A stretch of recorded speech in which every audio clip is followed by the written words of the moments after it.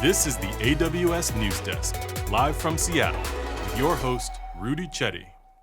All week, we've been talking about the work AWS customers have been doing, but one important piece of those stories is partners. AWS has thousands of partners around the world, and today's launches are especially meaningful. I believe ISVs and SaaS providers who know how to leverage the AWS platform to its fullest have a competitive advantage. Today's Partner Keynote revealed a range of new AWS Partner Network programs, along with new AWS competencies and updates to AWS Marketplace. One program, SaaS Boost, will be used by independent software vendors, or ISVs, to accelerate their application development. As of today, 90% of the fastest growing SaaS companies that deliver software solutions globally also run on AWS. AWS has unveiled an ISV Partner Path, a program designed specifically for ISVs to help them build and grow successful businesses in the cloud. Now, we prioritize our competency launches based on customer needs, working backwards from that customer. And that brings us to energy. AWS added to its competency program with 4 new competency areas: energy, mainframe migration, public safety and disaster response, and travel and hospitality. The last competency is especially timely given the current state of the industry. And then came 2020, a year of global pandemic and unprecedented downturn. This is by far the most challenging time that Southwest Airlines has faced, but we're not shrinking from this challenge. Instead, we see it as an opportunity to improve our technical health and emerge stronger at the end. After 47 consecutive years of strong operational performance, Southwest Airlines candidly shared the impact this pandemic has had on its business. But it also shared that it's pushing forward with updating its technology.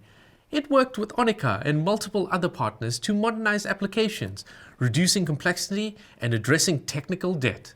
It also worked on finding new ways to surface critical information faster, things that help them schedule flights and crews. In all, a lot to unpack at the Partner Keynote. There really isn't any industry the cloud can't transform. That's the message being heard loud and clear this week. We have another story from the aviation industry. Reporter Rob Munoz now on how a startup called Boom is taking flight. AWS levels the playing field in aerospace, allowing a startup company to develop what previously only big companies or governments could do.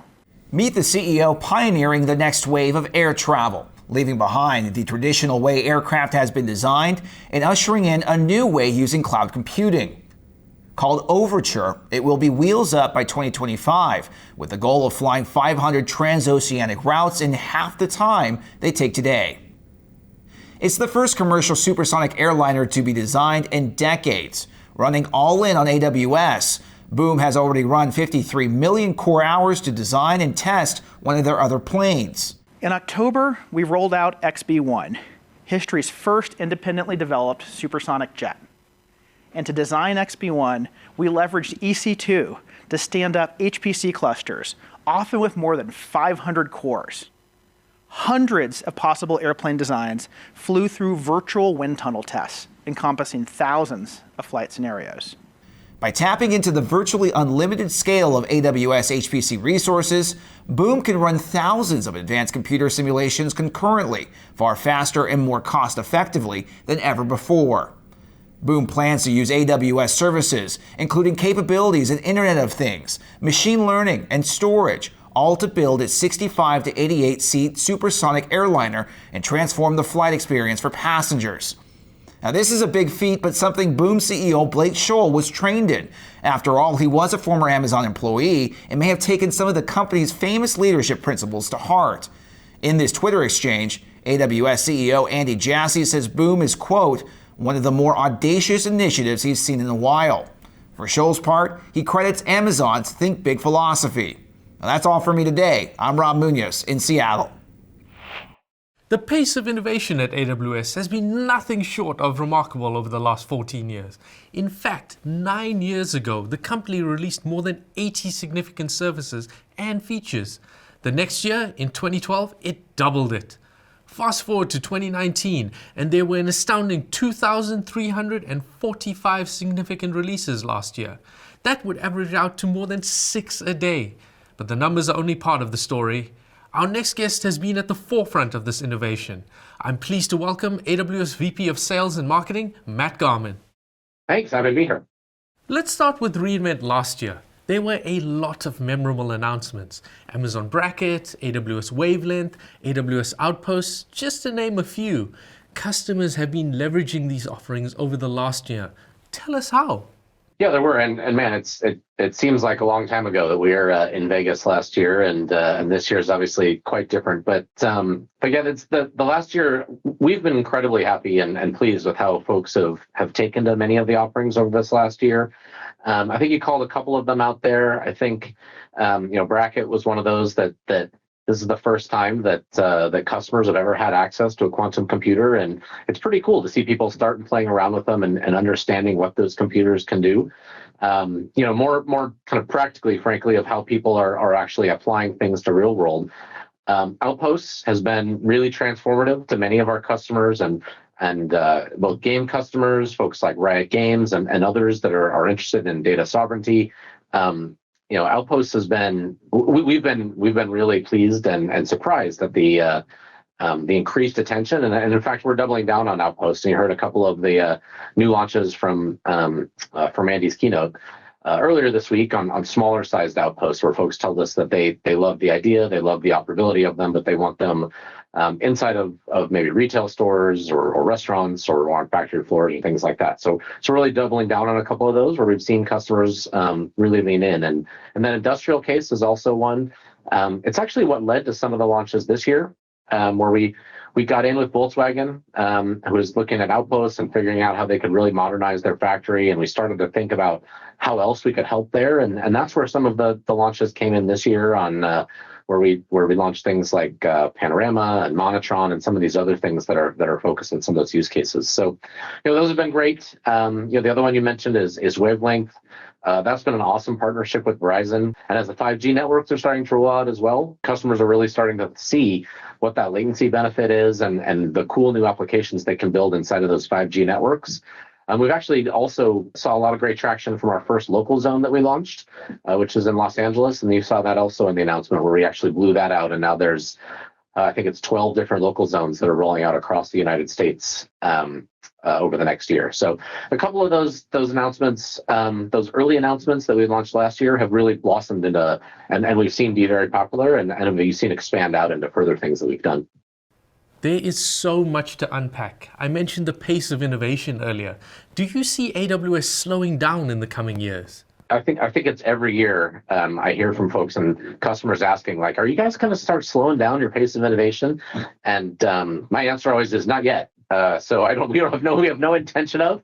In fact, we're really just at the early stages of what cloud computing can be. I think Andy cited a stat in his talk where it's something like only 4% of workloads have actually moved to the cloud. And most of those are still on-prem or in some sort of legacy environment. So there's a huge amount of innovation that's still to come. And I think, hints on kind of what that innovation is going to look like is you can see, last year we talked a lot about what are the new machine learning capabilities that we're giving to developers and that we're rolling out on instance types. And you saw more of that this year. You saw that we're still innovating on that side, tons of new things around SageMaker, tons of new things around our own AWS-made chips. But we're also starting to see that machine learning is something that we're rolling out, or we have a bunch of expert practitioners that are rolling out into capabilities and products so that customers don't have to think about it. And I think that's a big area where we expect to really see the pace of innovation accelerate. You can areas like Connect, where we have machine learning built in so that customer service agents automatically get the data and information that they need and automatically have information about the person that's calling in. You see it in the format of things like Q with Amazon QuickSight, where you can ask natural language questions and get the answer back from a BI tool, which is kind of seems like black magic, but is really kind of machine learning behind the scenes that our customers don't really have to think about. I think you're going to see more and more innovations like that, where we both innovate on the infrastructure layer, but also kind of leading in some of those innovations into these applications and higher level services. Let's switch our focus to customers. The pandemic has forced organizations to pivot. What have you been seeing? Yeah, it's obviously been a year like none other. And I think when the COVID-19 pandemic first hit, our team was all focused on how we can help customers. And I would say the early part, there was actually kind of two big buckets of customers that were heavily impacted. There was a set of customers that were impacted where their business basically went from, growing nicely and large to, fall off a cliff. Those are travel customers, there are hospitality customers, et cetera. And for those, we really jumped into those customers to help them reduce their costs. And it's one of the big benefits of the cloud that they get is that they have that elasticity and that flexibility. And so for those customers, we help them optimize the heck out of their costs. We help them reduce some of their excess storage, scale down some of their compute, figure out what things that they could take offline. So that was a big effort with that set of customers. And then we had another set of customers who businesses, were growing nicely beforehand and then, went up by orders of magnitude. And those are some customers, like we'll take Zoom as an example, who had to scale from something like 10 million customers a day to about 300 million customers a day almost overnight. That kind of growth is unheard of. And so, our team jumped in. Fortunately, they were built on top of AWS. And so we were able to help them seamlessly scale. Another example of that is Instacart, right? Everybody is at home and the way they get their groceries is Instacart and through delivery. And so their business went through the roof. So Instacart partnered with 25,000 grocers from around the country in order to bring those groceries to the people who needed them in their homes. And that was pretty awesome that we were able to help them onboard an additional I think it's 250,000 new shoppers all around the world to really kind of bring those, or at least around the United States, to bring those groceries into customers, and they didn't see a hiccup and they scaled seamlessly. So, I think those are two examples of the extremes that were impacted by COVID, and both saw huge benefits in how they were operating in the cloud and were able to adjust to their changing situations. We'll leave it there. Thanks for all those insights. Thank you, and hope everybody enjoys the conference. Bye. That was AWS VP of Sales and Marketing, Matt Garman. Now to an incredible story of how technology plays an important role in sustainability. It has changed the way one woman studies some of the world's largest mammals. Take a look. My job is the best job in the world. My name is Lisa Steiner. I'm a marine biologist. I've been studying the sperm whales in the Azores for the last 33 years. The Azores are pretty much on a line between New York and Lisbon, pretty much in the middle of the Atlantic. I live in Fayal, which is one of the islands of the Central Group. I'm probably one of the original sperm whale geeks, basically.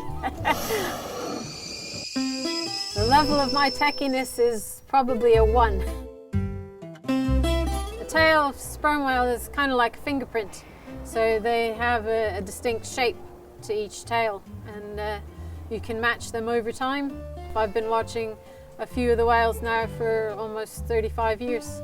We started with black and white film, and you just go along trying to find that match, and then you match them. So that's the same, you get the same marks. It's all very repetitive, which is one of the reasons why it's important to have a program that's doing it automatically. I think the whole idea of this project is to catch the public's imagination and get them submitting photos online.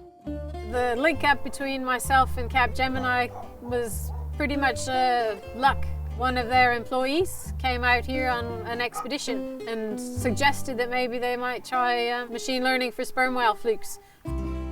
Capgemini is a global leader in consulting technology, committed to fighting for climate change and also environmental sustainability. Global Data Science Challenge at Capgemini is a training event to train our teams to apply most advanced AI technologies to solve the real world problems. Then she goes to match whales. Now the AI is computing the similarity of the new uploaded picture to all the pictures that we have in the database. Yeah, I think that makes sense. I can try it.